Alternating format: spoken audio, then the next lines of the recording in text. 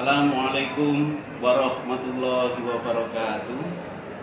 Alhamdulillah wa syukurillah wa ni'matillah wala haula wala quwata illa billah. Puji syukur marilah kita panjatkan kehadirat Allah Subhanahu wa taala atas nikmatnya dan limpahan rahmatnya untuk kita semuanya, sehingga di hari ini kita bisa bersama-sama bertatap muka untuk bersama-sama belajar. Pelajaran hari ini insya Allah kita akan membahas tentang toharoh.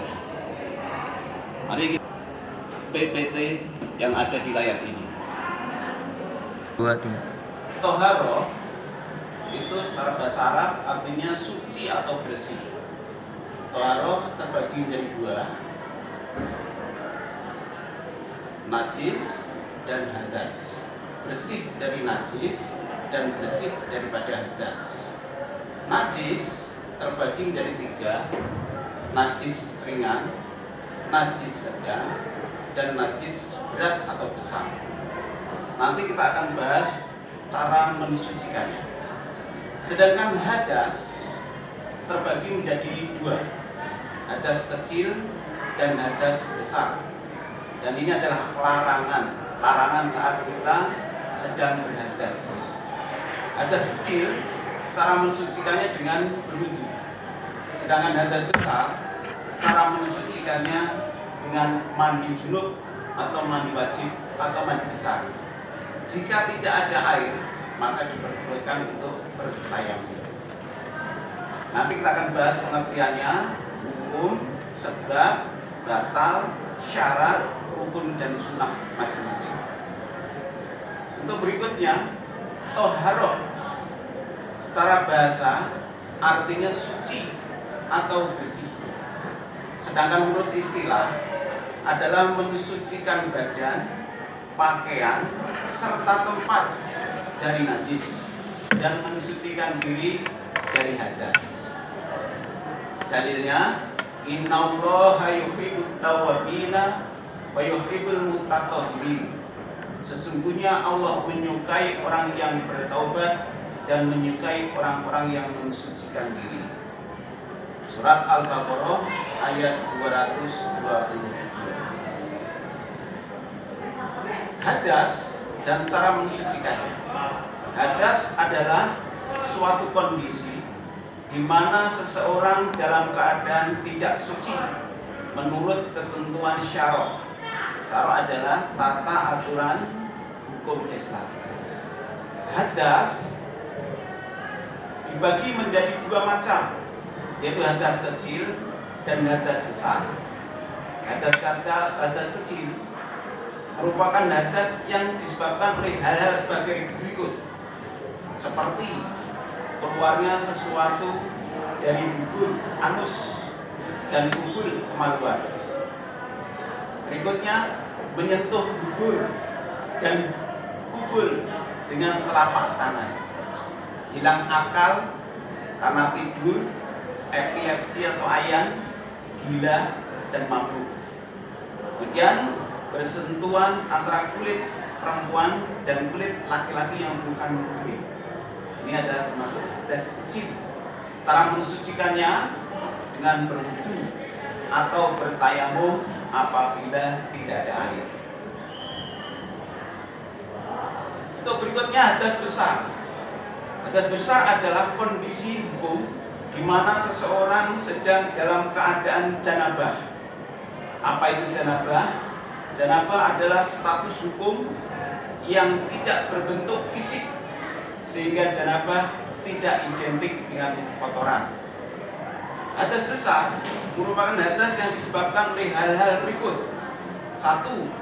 Berhubungan suami istri. 2. Datang bulan haid bagi wanita.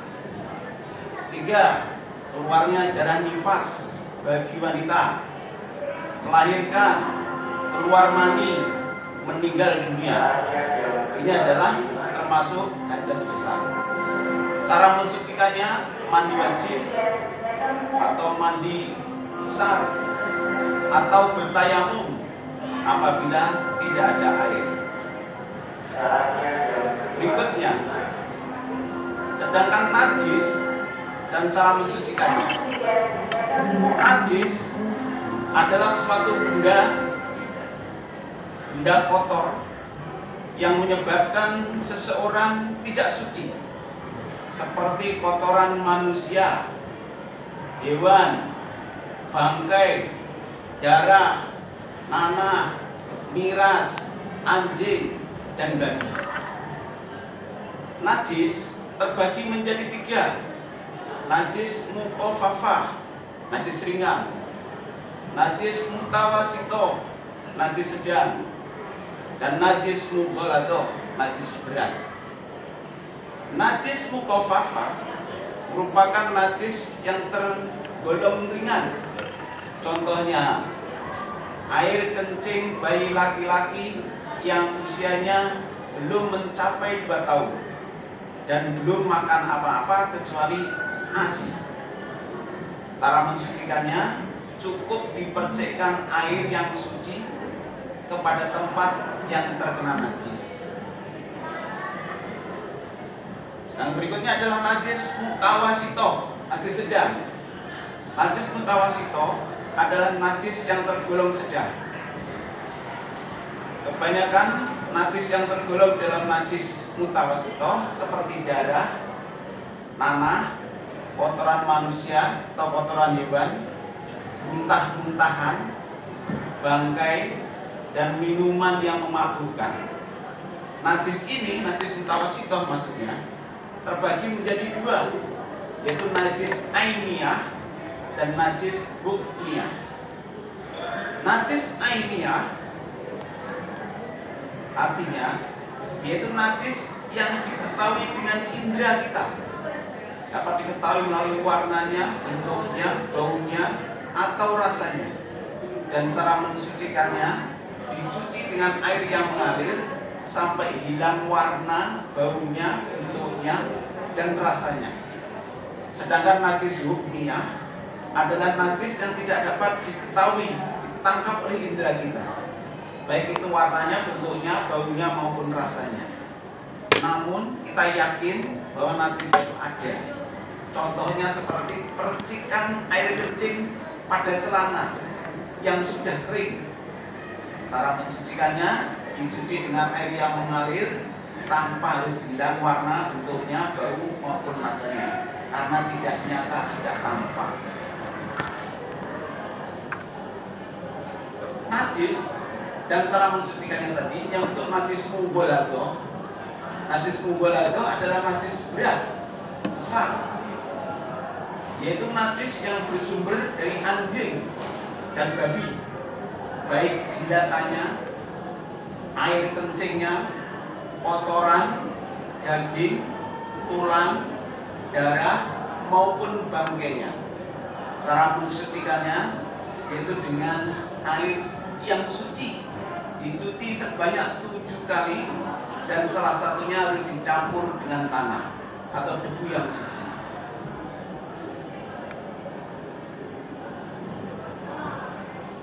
Selanjutnya adalah perbedaan antara hadas dan najis. Hadas dan najis.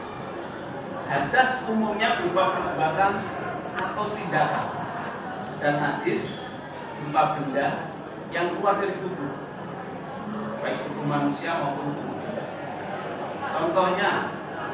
Contoh hadas, buang air kecil, buang angin, buang air besar, menyentuh kemaluan, menyentuh duduk, tidur, mengeluarkan darah haid, nifas, dan lain sebagainya. Sedangkan contoh najis, air kencing, nanah, darah, termasuk darah haid, kotoran kucing, bangkai, dan sebagainya. Untuk hadas terbagi menjadi 2, hadas besar dan hadas kecil. Sedangkan najis terbagi menjadi 3, najis mukhafafah, najis mutawasitoh, dan najis mughalatoh. Hadas cara mensucikannya dengan wudu, hadas kecil dengan mandi wajib, hadas besar, dan tayamum jika tidak diketemukan air. Sedangkan cara mensucikan najis dicuci dan dibersihkan sesuai dengan tingkatan najisnya. Berikutnya, wudu. Di dalam surat Al-Maidah ayat 6, ya ayyuhalladzina amanu idza kuntum lis-sholati faghsilu wujuhakum wa aydiyakum ilal marafiqi wamsahu bi ru'usikum wa arjulakum ilal ka'bayn. Wahai orang-orang yang beriman, apabila kamu hendak melaksanakan sholat, maka basuhlah wajahmu dan tanganmu sampai ke siku, dan sapulah kepalamu, dan basuh kedua kakimu sampai dua mata kakimu.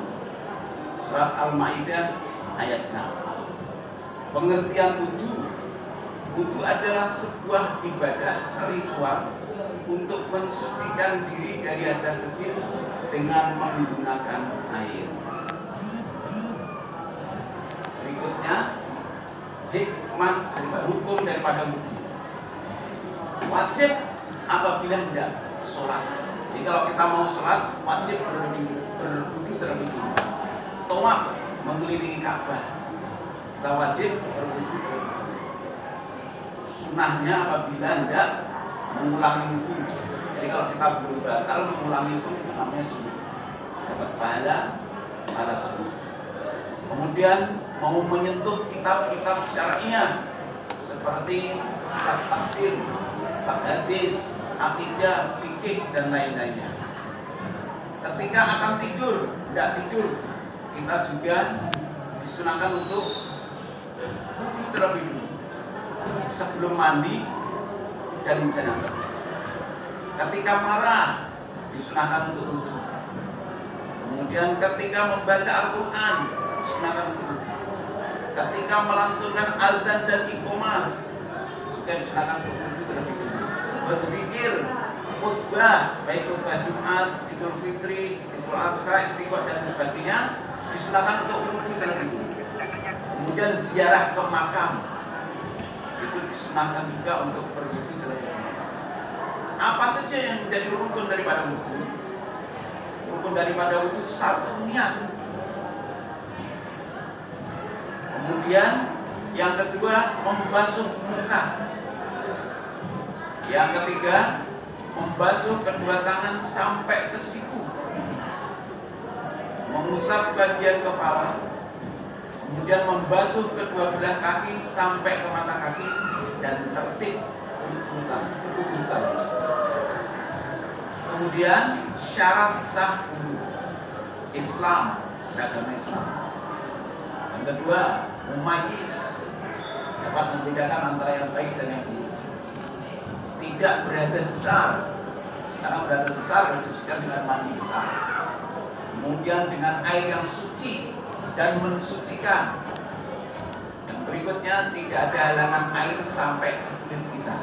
Misalnya kulit kita kena cat, nah harus dibersihkan dulu catnya agar air bisa menyentuh daripada kulit kita. Kemudian mengetahui mana yang wajib dan mana yang sunnah, mana yang harus dibasuh, mana yang sunnah tidak dibasuh. Kemudian sunnah-sunnah saat kita berwudu. Sunnah-sunnahnya, satu, mengikuti membaca basmalah sebelum wudu. A'udzubillahi minasyaitonirrajim, bismillahirrahmanirrahim. Kita mulai sunnahnya. Yang kedua, membasuh kedua tangan sampai pergelangan, wajibnya pakai siku. Kemudian berkumur-kumur. Kemudian istinsar. Kemudian bersiwak, gosok gigi terlebih dulu. Kemudian membasuh sela-sela kedua tangan kita dan kaki kita di antara jari-jari. Nah, itu dibasuh, bersihkan. Kemudian mengusap air ke jenggot apabila mempunyai jenggot. Kemudian membasuh seluruh kepala dengan air. Kemudian membasuh kedua telinga, membasuh masing-masing 3 kali, tidak harus 3 kali, tapi disunahkan untuk 3 kali. Mendahulukan yang kanan, kemudian membaca doa setelah berwudu. Asyhadu an la ilaha illallah wahdahu la syarikalah wa asyhadu anna Muhammadan abduhu wa rasuluh. Allahumma ij'alni minat tawwabin waj'alni minal mutatahhirin waj'alni min ibadikas sholihin. Sedangkan ini adalah hal-hal yang membatalkan wudu. Yang pertama, keluarnya sesuatu dari kubul maupun dubur, batal. Tidur yang tidak tetap tempat duduknya, batal. Hilang akalnya seperti gila, pingsan, mabuk, tidur nyenyak, batal. Kemudian bersentuhan kulit antara pria dan wanita juga batal wudu kita. Tersentuh kemaluan dengan telapak tangan maupun jari juga membatalkan wudu kita. Berikutnya, ini adalah tayammum. Dalam surat Al-Maidah ayat 6, maka artinya, dan jika kamu sakit atau dalam perjalanan atau kembali dari tempat buang air kakus atau menyentuh perempuan, maka jika kamu tidak memperoleh air, maka bertayamumlah dengan debu yang baik. Usaplah wajahmu dan tanganmu dengan debu itu. Quran surat Al-Maidah ayat 6. Pengertian tayamum adalah bersuci dengan debu yang diusapkan ke muka dan kedua tangan sampai siku dengan beberapa syarat yang telah ditentukan sebagai pengganti wudu atau mandi wajib. Rukun tayamum pertama adalah niat. Nawaitu tayamum istibadatis sholati faqlillahi ta'ala. Kemudian menyapukan debu ke muka.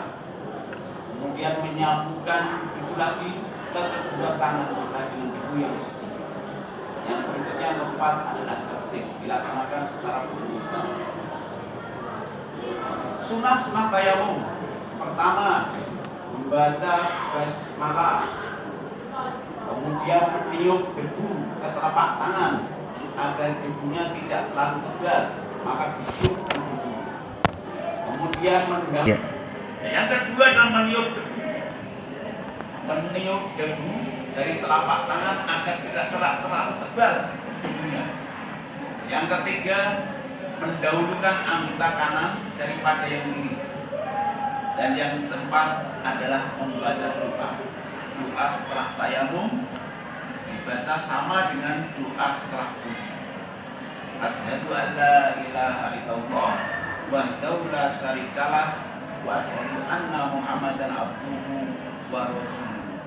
Allahumma ij'alni minat tawwabin waj'alni minal mutatahhirin waj'alni min ibadikas sholihin. Yang membatalkan wudu, hal-hal yang membatalkan tayamum. Satu, melihat air sebelum sholat. Jadi kita batal tayamum. Ada air, kita belum sholat, tapi sudah tayamum. Kecuali yang sakit. Kalau yang sakit dilanjut, walaupun melihat air. Yang kedua, semua hal yang membatalkan wudu, membatalkan tayamum. Yang ketiga, menyentuh kemaluan atau dubur dengan telapak tangan.